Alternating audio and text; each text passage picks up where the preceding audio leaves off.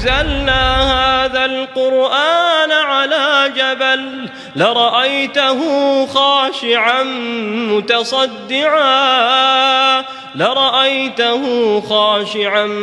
متصدعا من خشية الله وتلك الأمثال نضربها للناس لعلهم يتفكرون.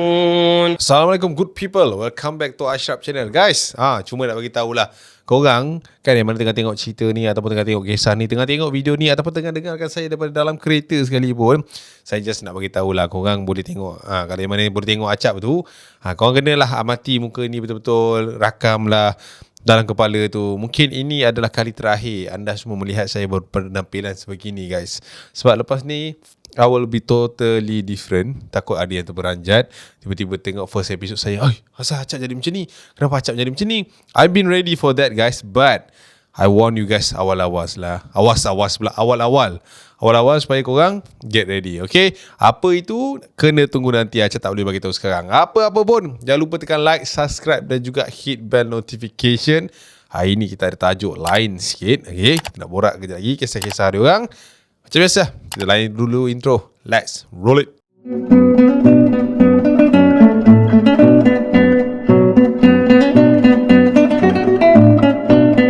Alright, macam yang kita cakap tadi, hari ni tajuk dia memang lain. Dan hari ni juga kita nak kisahkan, kita nak bawa kisah-kisah yang mungkin korang rasa benda ni pernah dengar tapi jadi kat mana? Macam ya, macam tak. Macam tu. Mungkin korang terfikir benda-benda macam tu. Okay, kalau kita tengok tajuk ataupun korang boleh tengok dekat thumbnail sendiri yang mana mendengarkan kita sekarang, korang boleh interpret dalam bahasa apa, bunyi apa, B-E-L-A, bunyi dia apa? Bela boleh? Bela boleh? Bela pun boleh. Tapi kalau kita nak cerita pasal hari ni, tajuk dia ni kita nak bawa ke arah bela. Tak kisahlah kau bela apa, bela kucing, bela ikan, bela itik, bela ayam. And of course, bila kita cakap pasal bela, memang kita akan dikait rapat dengan benda-benda yang mungkin menjaga kita ataupun something yang kita kena serve diorang. Apa dia?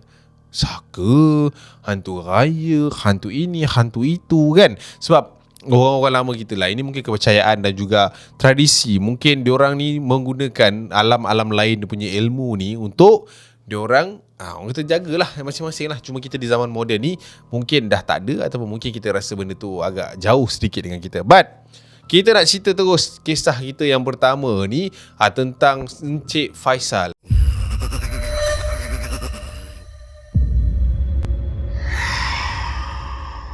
Bila Acap baca cerita dia ni, Acap rasa macam dia punya kategori bela ni lain macam. Sebab apa Acap cakap lain macam? Macam kita kata tadi, bila cerita pasal bela ni, kita kaitkan orang Melayu kita ni dengan benda-benda lama, barang-barang tradisi ataupun warisan ni kan.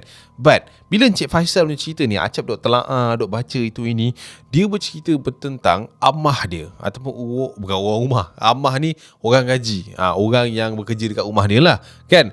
Dia kata dia tulis situ, dia punya tajuk bela manusia. So aku macam manusia tak bela kan? Dia macam dia bela ke tak? Tak, aku tak rasa tak lah kan. Okay, apa yang Cik Faisal ni ceritakan kepada kita adalah satu cerita yang Acap rasa mungkin orang-orang yang ada maid dekat rumah ataupun orang-orang yang pernah ada maid dekat rumah mungkin boleh relate lah. Tapi yang mana tak ada pun jangan risau kan. Kita boleh enjoy, kita boleh selami kisah daripada Encik Faisal. Assalamualaikum Cap, nama aku Faisal. Kau boleh panggil aku Faisal. Typical orang tulis surat kan, ataupun orang tulis email. Assalamualaikum, nama diberi Faisal, boleh panggil saya Faisal. Ya Faisal, saya panggil awak Faisal. Okay, Faisal berumur 39 tahun. Dia kata dia ni duduk dekat area de Kuala Lumpur sana. Ada satu kisah seram yang abang nak kisahkan kepada kau, supaya mungkin kau boleh share ataupun kongsikan. Share dengan kongsi tu benda yang sama bang. Alright, yang kau boleh kongsikan kepada budak-budak ataupun subscribers kau. Mungkin abang tu tak tulis macam tu lah, tapi bila interpret saya jadi macam tu lah. Okay, cerita yang pertama ni, cerita dia tentang satu hari ni di mana dia orang kata apa, kita ni biasa kalau orang-orang yang ada orang gaji ni, dia tak adalah kata orang kata apa, kita boleh dia boleh serve kita lama, cuma bila tamat tempoh je, kita tak renew dan agensi dan sebagainya, itu ini terpaksalah hantar pulang. Maknanya dia punya servis dah tamat lah dekat rumah kita. And orang gaji saya ni yang sebelum ni, dia memang sangat-sangatlah disayangi oleh anak-anak saya. Memang rapat lah. Kak Su nama dia. Kak Su ni dia orang Medan, orang Indonesia. Bila Kak Su ni nak kena gerak, menangis-nangis anak-anak ni. Bini pun sama, sebab dia ni memang kita dah layan macam keluarga. Dah macam mak kita orang sendiri lah. Memang okey, memang steady kan. Tapi nak buat macam mana, rezeki dia sampai situ saja. Selepas 6 tahun bersama dengan kita orang, lepas je Kak Su balik, ini adalah pengalaman pertama kita orang nak menerima orang baru datang ke rumah kita orang. Okey, aku ada 2 orang anak, seorang berusia 14 tahun, yang seorang lagi berusia 12 tahun. Okey. So, maknanya kalau senang cerita, Kak Su ni dah memang jaga dia orang daripada kecil lagi. Memang that's why lah dia orang rapat, kan? So, bila datangnya orang baru ni datang, okey, nama aku nak bagi boleh, tapi kalau kau nak tukar pun tak apa, cap. Nama diberi adalah Arni. Okey. Arni ni dia berumur 49 tahun. Okey. And dia datang daripada bahagian-bahagian Malang sana. Bukan. Maksud aku bukan dia Malang. Malang tu adalah satu daerah yang ada dekat Indonesia. So bila agensi dia dah bagi tahu ejen dia semua, okey, kita pun tengok profil dia semua clean, cantik. Dia pun datang ke rumah kita orang.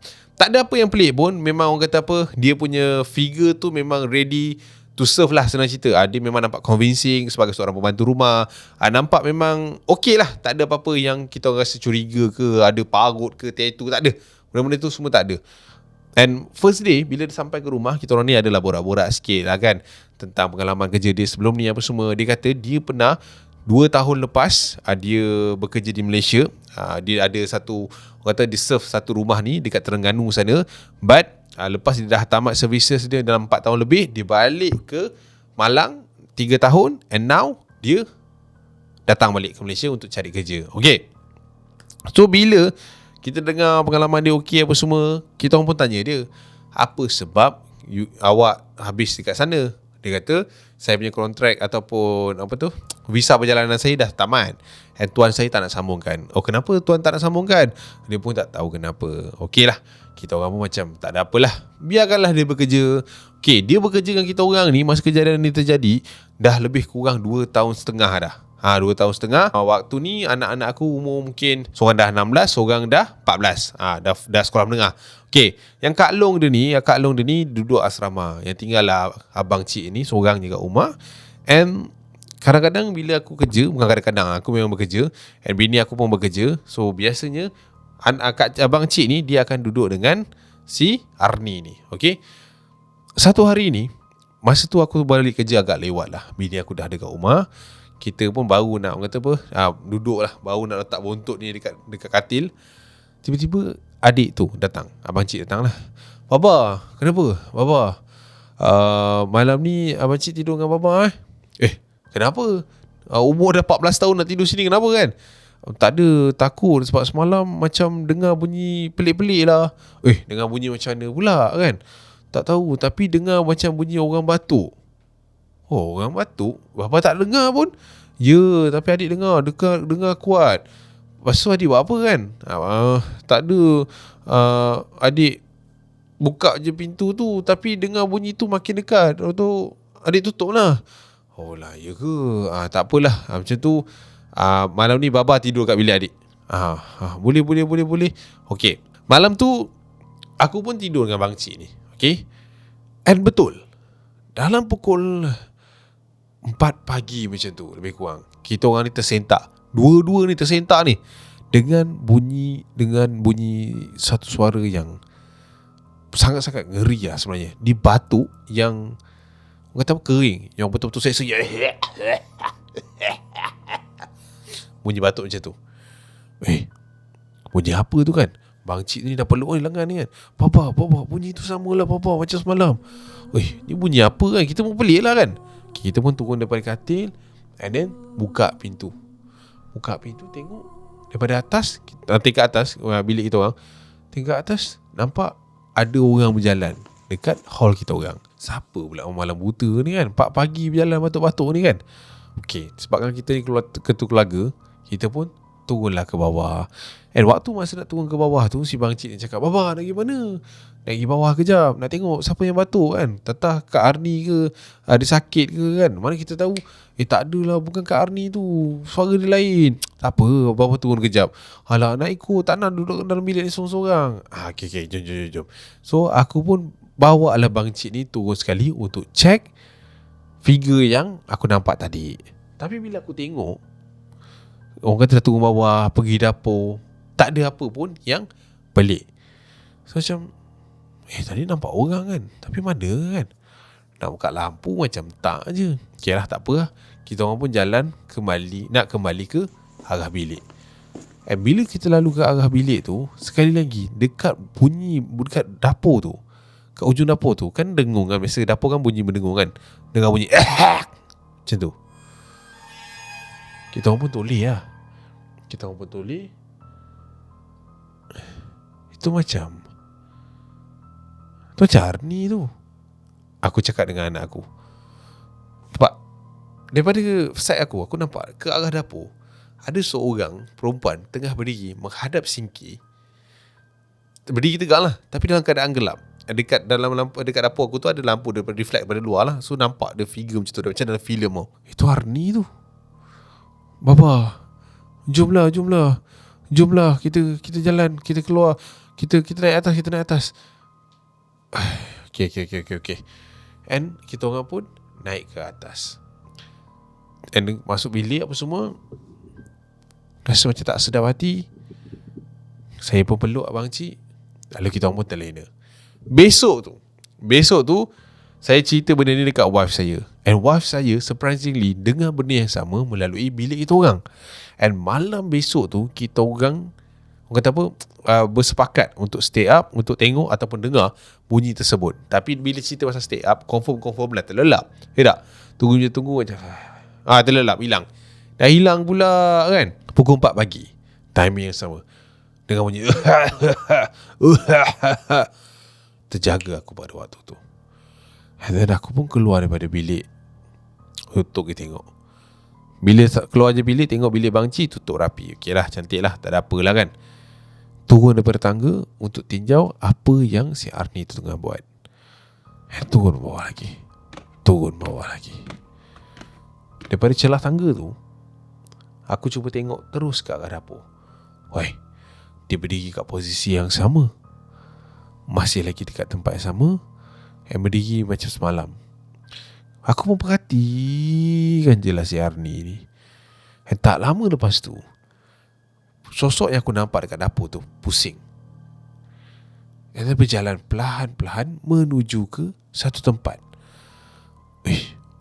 Aku cakap, ni apa pula ni kan? Tapi apa yang buatkan aku terperanjat pada waktu tu adalah bila makin lama makin dekat, figure tu makin lama makin tunduk.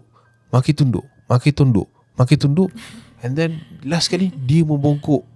Tapi jalan dia sangat-sangat perlahan, terhuyung-hayang berjalan masuk menuju ke arah bilik Arni.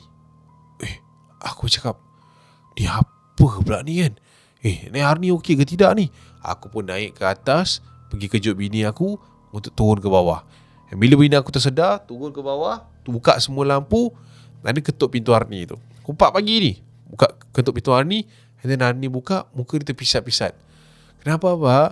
Kenapa? Sudah saya lambat ke ni?" Tak ada. Tadi saya nampak ada seseorang masuk kat dalam ni.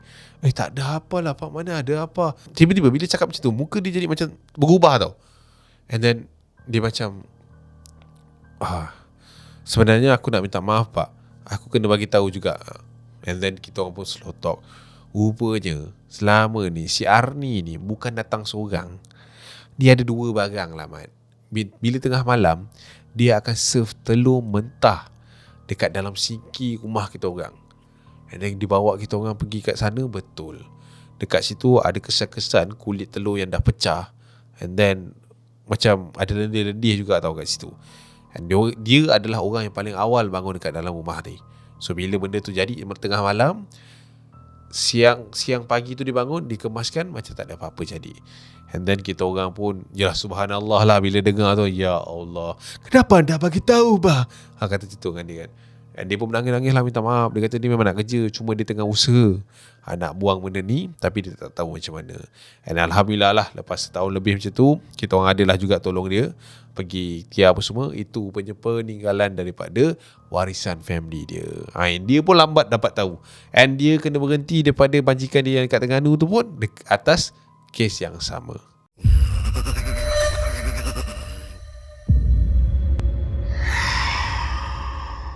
Alright, cerita yang kedua ni berkenaan dengan, yang ini popular tau sebenarnya filem ni. Filem yang aku rasa menjadi tontonan ataupun ada fans yang sangat-sangat ramai tau dekat dalam Malaysia maupun dunia. Tapi aku tak tahulah, aku tak into sangat dengan filem ni. Cuma mungkin orang-orang yang penggemar cerita seram Mak Saleh mungkin akan tahu tentang kewujudan patung misteri dekat dalam cerita tu yang mengacau bilaukan satu keturunan diorang. Annabelle, betul. Okay, Annabelle ni kalau kita ikut research tak silap acap, first filem dia tahun 2000 something, 2000 berapa belas dah ke 2000 macam tu lah kan. But this guy, dia ada satu cerita ataupun ada satu kisah yang dia nak ceritakan kepada kita berkenaan dengan patung Annabelle limited edition yang dia order daripada luar negara pun. Bila cerita pasal patung-patung yang dibeli ataupun patung-patung yang bukan patung lah, nanti orang marah lah kan, figure-figure lah figure collection figure yang dibeli daripada luar negara, confirm bila kita tengok harga, diorang punya harga ni bukan main guys, bukan ni orang kata murah-murah belaka. Bila cerita pasal harga luar negara, confirm dia boleh sampai ke ribu-riban. Okay, cerita tentang Haikal ni, seorang kolektor. Dia kata, kisah aku ni bermula ketika aku ni antara orang yang berebut first batch edition of Annabelle. Annabelle kan dia banyak revolution kan. Ini first edition tau Annabelle yang memang orang kejar, yang pakai baju pengantin tu. Yang itu. Bila malam yang kita orang rebut-rebutkan tu, dia kata dia orang hanya keluarkan 1000 pieces sahaja satu dunia. So dia kata dia antara orang yang dekat Malaysia yang fight for that figure. Bila fight the figure, habis. Habis lah, sold out. Kita memang Malaysia, server dia kuat mana je pun kan. Bila dah sold out, kita pun hampa kan. Hampa bagi tahu dekat Twitter kan. Cerita kat sana, kebetulan masa aku dah up benda tu dekat Twitter tu kan, aku punya thread tu going wild, besar lah. Tapi ada satu komen ni aku perasan, dia kata, bro, aku dapat, kalau nak serious buyer, PM. Aku macam, Mamat ni macam legit kan. Betul lah, kita nak benda tu sebulan lebih nak try move on, tak move on. Kita pun pergi PM brother tu. Bila PM brother tu apa semua, dia kata dia ajak jumpa. Aku okey lah kan, sebab benda-benda macam ni, ribu-riban ni, nak kena jumpa dulu lah, nak take condition. And then aku pun pergi jumpa brother tu. Dia pun bawa kotak tu, bila buka unboxing semua memang sebiji yang macam aku nak. But yang buatkan aku muskil adalah brother tu jual 40% lebih murah daripada harga asal. Bila cerita pasal jual, mestilah orang nak untung kan. Contohlah aku kata patung tu 3,000, kau tolakkan dengan 40%. Kau ada calculator, Hi Siri, please open calculator. Kan dah buka kan. Bila dah ada calculator, kau akan kira 3,000 tolak 40%. Yes, amount dia itu. So macam mustahil lah brother ni nak jualan. Kenapa kan harga macam ni? Aku pun tanya, kenapa bang harga macam ni? Tak ada, aku belikan Annabelle ni untuk someone, tapi itulah jodoh tak panjang. So daripada aku simpan ni, aku tak boleh move on, baik aku bayar. Baik aku jual. Kau bayar berapa je lah, yang ni pun okey ni, memang aku minta ni. Aku pun malas lah kan. Atau macam, bang, tak apa abang, saya beli ikut harga asal, ikut harga market lah. Yang abang beli awal-awal dulu. Ikut kau lah, boleh, mana-mana boleh, tak ada masalah, boleh. And then aku pun bayar ikut harga asal, sebab aku pun rasa bersalah lah. Nama pun walaupun murah, tapi aku bersalah lah kan. Bila tengok kod dia ada, semua benda sama, cantik. And aku macam fine, biarkan je lah kan. Bila dah dapat, of course happy, macam orang gila, balik terus letak dekat dalam almari kaca pada waktu tu. Okay, aku pun mandi. Happy ni kan. Mandi. Dan aku pun keluar daripada bilik air nak pergi bersiap sebab aku nak keluar. Aku keluar je bilik air, aku tengok terus ke arah katil, patung tu ada kat atas katil. Tadi sebelum mandi aku rasa aku letak dalam almari ni macam mana boleh kat sini pula? Ke aku berang kan tadi? Lupa ni. Tak apa lah. Aku pun angkat patung Annabelle tu, letak dekat rak tu balik. Tap. Siap. Lepas tu aku pun keluar. Aku keluar dalam 3-4 jam macam tu. Lepas maghrib macam tu, aku pun balik ke rumah. Okay, balik ke rumah pada waktu tu, aku tengok dekat pintu kaca aku tu, cermin kaca aku tu, okey lah. Patung Annabelle tu tak ada masalah. Cuma yang buatkan aku terperanjat adalah patung tu, dia memang ada kat situ, tapi kepalanya tu telah pun dipusing. Maknanya figure tu kan dalam kotak macam ni kan, kotak satu solid. Kepala patut pada sini betul, tapi kepala dia dah ke belakang, dah pusing belakang. Aku cakap ini skru dia longgar kan, kepala macam bersangkut macam ni. Aku pun buka, dan aku pun kata apa, buka kotak tu, letak Annabelle tu kat situ untuk aku tengok lah kondisi kepala dia apa hal kan. Dan aku pun tengok patung tu, kepala dia dah ke belakang. Aku tengok ke belakang, tengok ke depan. Aku try pusing, tak boleh. Aku cakap patutlah berada nak jual murah. Ni barang apa ni kan, dah berpusing ke belakang, lepas tu tak boleh nak pusing balik. Dah pusing kok kiri tak boleh, kok kanan tak boleh, takut kuat sangat kan, pecah pula kan. Aku cakap, apa hal jadi macam ni? Kita dah turn off dah. Kita dah kena lah jual harga yang begitu. Lepas tu tiba-tiba jadi pula jadi macam tu kan. Dah jadi macam tu, ni tak best lah ni. Okay, aku dah jadi menjirap. Aku pun call brother tu pula katanya off station, besok baru ada, nak ajak jumpa. Okay lah, fine lah. Aku pun letaklah patung Annabelle tu dekat dalam kotak dia balik. And then aku letak semula dekat dalam rak tu. Okay, aku pun baring, and then layan mata. Waktu tu memang dah nak tidur lah. Orang kata dah nak gone lah ni kan. Kita pun baring. What a day. Contohnya macam tu. Dah terbaring gitu, dan aku macam try nak lena tu. Tiba-tiba aku dengar bunyi macam tulang yang dihenyak tau. Macam tu. Uish, bunyi apa ni kan. Dah lah aku sorang kat rumah. Aku pun bangun tengok kiri kanan. Mungkin baru bunyi aku tadi kot. Aku gerak kan. Okay lah, tak apalah, biar je lah. Dan aku pun baring. Dalam baring-baring tu, aku orang kata layan mata, nak tertidur dan sebagainya. Dekat tapak kaki aku ni, aku terasa seperti ada yang usik macam ni. Aku macam, apa benda pula tu kan. Aku pun tinjau lah. Okay, fine, tak ada apa. Kita pun sandarkan badan, dia nak baring lagi. Time nak baring lagi tu, kaki aku macam ni tau. Kaki aku macam ni kan, kita baringkan kaki kita macam ni kan. Aku tak tahulah aku punya perasaan ke apa, tapi kaki tu dia seolah-olah ditarik ke depan macam ni. Ditarik ke depan. Okay, kepada yang korang mungkin dengar aku kat radio, kaki tu kau bayangkan tengah tegak, tapak kaki tu tegak, ada dia tarik ke depan. Dia tarik ibu jari tu ke depan. So kita macam macam tu lah, terbangun lah kan. Terbangun dan aku tunggu duduk. Apa benda ke ni kan? Dah kenapa ni? Rasa apa ni? Aku pun bangun, and then buka lampu. Tak, tengok kiri kanan, tak ada apa-apa.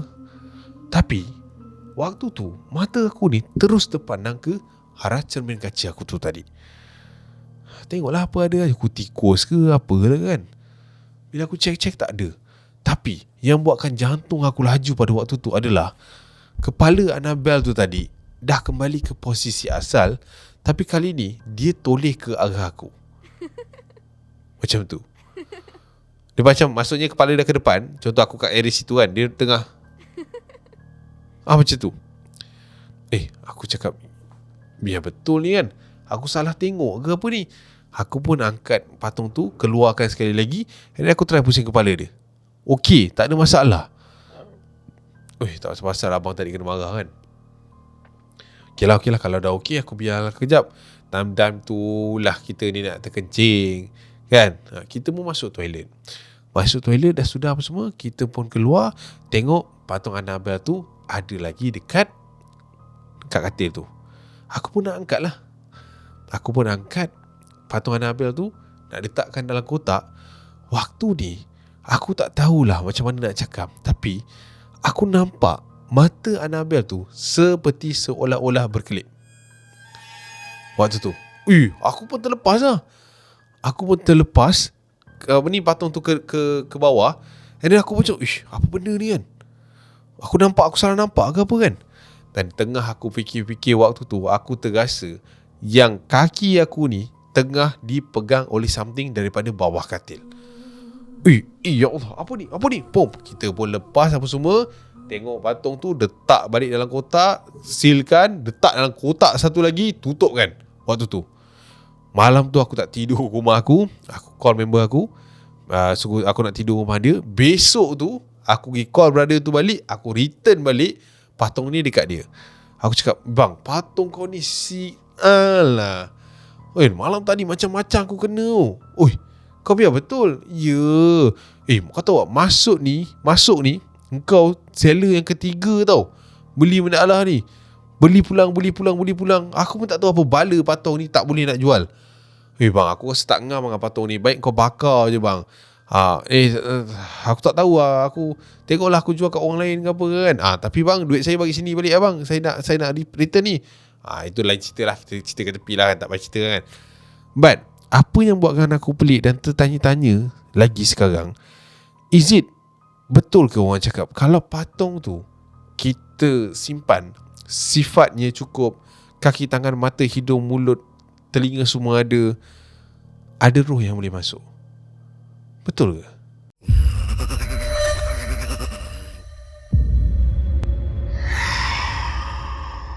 Alright, cerita yang ketiga ni kita nak cerita pasal Azmin. Alright, Azmin ni cerita dia berkenaan dengan family dia. Dia kata bila topik pasal bela ni, Acap tertarik juga sebenarnya dengan tajuk-tajuk yang berkaitan dengan warisan family dan sebagainya lah. Macam kita recap balik cerita yang pertama tadi, kita boleh dengar lah macam mana Kak Su tu, dia tahu yang dia ada barang tapi dia tengah usaha nak keluarkan.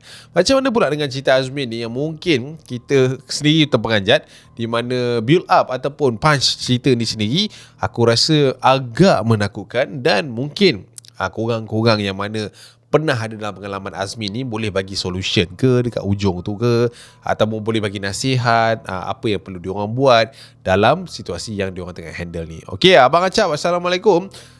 Satu cerita yang saya nak kisahkan kepada abang adalah tentang pembelaan di kalangan family saya sendiri. Okey bang, saya mulakan kisah saya ni mungkin dengan berita yang kurang baik, di mana selepas beberapa tahun ayah saya bertarung dengan kanser kan, akhirnya dia telah pun orang kata apa, meninggal dunia lah. Alright, tapi waktu dia meninggal dunia ni umur dia pun dah lanjut sebenarnya, dah 79 tahun. Kisah ini melibatkan ayah saya dan juga family dia lah. Cuma saya ni mungkin anak bongsu, ada agak millennial dan juga Gen Z kan, so kita tak dapat nak adapt. Okay, cerita ni baru sangat bang, baru 2 tahun lepas, tahun 2022. Saya berumur 23 tahun ketika itu dan tak faham langsung apa yang terjadi di kalangan mereka ini. Okey, waktu saya terima berita peninggalan ataupun meninggalnya ayah saya ni, saya tengah belajar lagi, dekat luar negeri. Dan bila dapat all this berita, yalah, semua anak takut tentang berita ni kan. Dan kita patah balik, laju-laju sampai ke rumah untuk tengok pengurusan jenazah dia. Kalau boleh kita nak habiskanlah, sebab saya adalah merupakan anak yang ke-6, daripada 6 orang beradik. Adik-beradik lah, saya bongsu kan, nombor 6 lah. And akak saya semua dah kahwin dah, akak abang saya semua dah kahwin. Semua saya ni lah ujung sikit, solo sikit. Bila sampai tu saya tengok, akak saya dah ada, abang saya dah ada semua kan. Tapi apa yang buatkan saya pelik dan herannya waktu tu, atap rumah saya asal terbuka. Saya pun pergi tanya Kak Long saya, Long, ayah baru meninggal semalam kan? Pagi tadi lah. Pagi tadi. Asal sampai buka atap? Tak ada apa, kau tolonglah benda lain, tak payah tahulah benda ni kan. Kenapa? Aku nak tahulah atap tu bocor ke, rosak ke. Tak ada.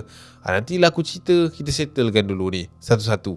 Okey. Sebab apa ni, akak long aku ni dah sampai sempat kejap menangis, kejap nak bercakap. So aku pun tak faham dia ni mana satu yang dia nak sampaikan. Tapi masa aku naik untuk tengok ataupun jenguk jenazah ayah pada waktu tu, aku tengok ayah punya jenazah tu betul-betul dekat tengah, and then dia punya jenazah tu betul-betul menghadap langit dan atap tu dibuka tau.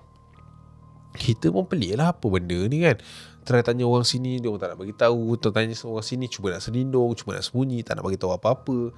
Kita jadi macam curious, makin curious lah kita kan. What is it for? Sampailah ada seorang pakcik aku ni, abang kepada ayah, bagi tahu yang ayah ni sedang dalam proses untuk membuang. Buang apa pakcik? Ayah kau ni ada bela. So bila dia dah tak ada ni, kau faham-faham je lah. Tak waris dia. Kalau waris dia tak nak, dia kena buang lah. Pasal aku jadi terperanjat ni, bapak bela apa pula ni kan. Sepanjang di hidup aku tak pernah pun nampak dia pelik-pelik, bagi pulut kuning ke apa ke kan. Tak ada pun. Macam ayah dapat dari mana? Benda ni dah lama, daripada tok yang kau lagi, atuk kau, ayah kau lah sekarang. Tapi ayah kau ni tak nak. Cuma benda tu memang ikut ayah kau selama ni. Kau tengok tenakan ayah kau, pernah kena cerita kena makan ular ke, hilang, dia curi orang? Tak pernah kat kampung ni. Sebab benda-benda macam ni lah dijaga. Korang semua ni, dia orang jaga. Uish, dia orang banyak ke? Tak adalah banyak, tapi adalah. Okey. Yang buatkan saya lagi curiga dan pelik adalah, kadang kita katakan atap tu terbuka kan. Atap tu terbuka sampailah azan asar berkumandang waktu tu. Bila azan asar berkumandang, saya nampak brother-brother yang ada kat situ semuanya huru-hara tau, pergi tutup balik atap yang terbuka tadi lah. Aku jadi macam, asal dia orang buat macam ni kan. And then tak sempat nak tanya sebab kita orang busy solat jenazah apa semua.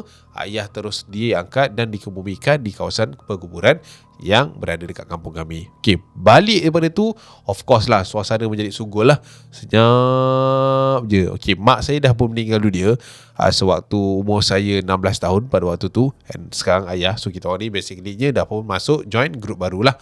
Alright, yatim piatu lah kan. Malam tu kita orang dah sudah apa semua, dah habis tahlil apa semua, kita orang pun nak kemas segala yang ada dekat depan tu lah. Pinggan mangkuk dah diangkat, cawan dan sebagainya.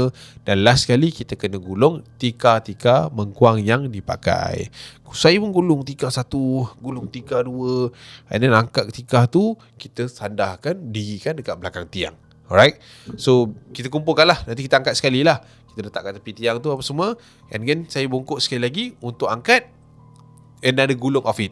Kita menggulung tika mengkuang tu, and then kita nak letak ke arah yang sama. Alright, so dah 2 kan. Pergi ke tempat yang ketiga, kita menggulung tika tu, and kita dapat rasa tau, kalau tika tu kita salah letak, and dia akan jatuh betul kan, dia akan rebah kan.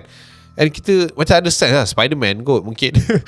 Tengah gulung-gulung ni, terasa yang tika ni nak jatuh. Kita pun nak tangkap lah kan, sebab saya rasa macam ada satu benda bulat yang besar tinggi, macam nak rebah ke depan. Kita pun pusing lah nak angkat. Bila pusing, saya jadi terperanjat.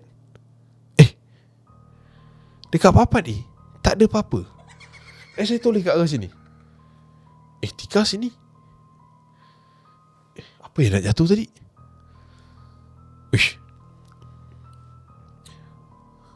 Uish. Wah, mengembang lah bulu-bulu waktu tu. Dan kita kemah laju, and then kita wrap up, masuk dalam bilik pada waktu malam tu. Okay, waktu malam tu saya cuba nak tidur, tapi memang tak boleh. Masih lagi terngiang-ngiang lah suara ayah apa semua. And saya biasanya akan borak dengan ayah sebelum saya masuk tidur pada waktu tu. Saya jadi macam gelisah pun nak tidur pun tak boleh. And cubalah, orang kata cuba try to sleep pun. And tengah-tengah cuba nak tidur tu, telinga saya ni terdengar bunyi ketukan daripada arah tingkap. Deng, deng, deng. Kita pun bangun. Siapa pula ni kan? Arah tingkap ni bising pula tu. Tengok kat arah tingkap tu ada lansir lah kan. Tak nampak apa-apa lah. Kita pun senyap, dengar je. Dengar punya deng, deng, deng. Ni apa pula ni? Saya pun bangun and then cuba buka tirai langsir tu dan cuba buka daun tingkap tu. Kita pun tolak.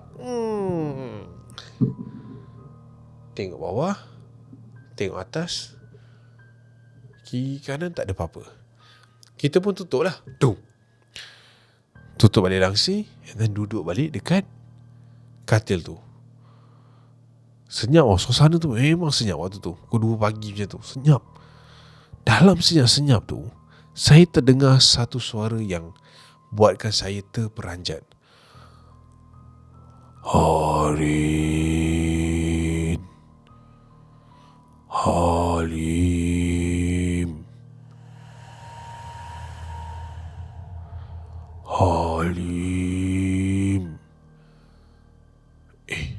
Siapa pula panggil nama bapak aku malam-malam buta ni kan? Scary gila bunyi ni kan? Halim. Saya pun bangun daripada arah katil tu menuju ke pintu bilik. Kita pun buka pintu bilik waktu tu. Jengahkan kepala ke depan. Dan bila saya jengah tu, sekali lagi saya dapat sense yang dekat belakang saya ni ada satu bayang-bayang ataupun satu figure yang berbentuk bulatan tadi lah, bungkus tadi tu. Ada siapa pun dia belakang aku ni. Kita tak toleh tau. Kita keluar kepala macam ni, kita terus masuk macam ni. Masuk ke dalam macam tu lah. And tutup pintu, cuba nak dengar balik mana bunyi suara tu. Tengah-tengah fokus bunyi, dengar bunyi tu, tiba-tiba saya terdengar bunyi ni.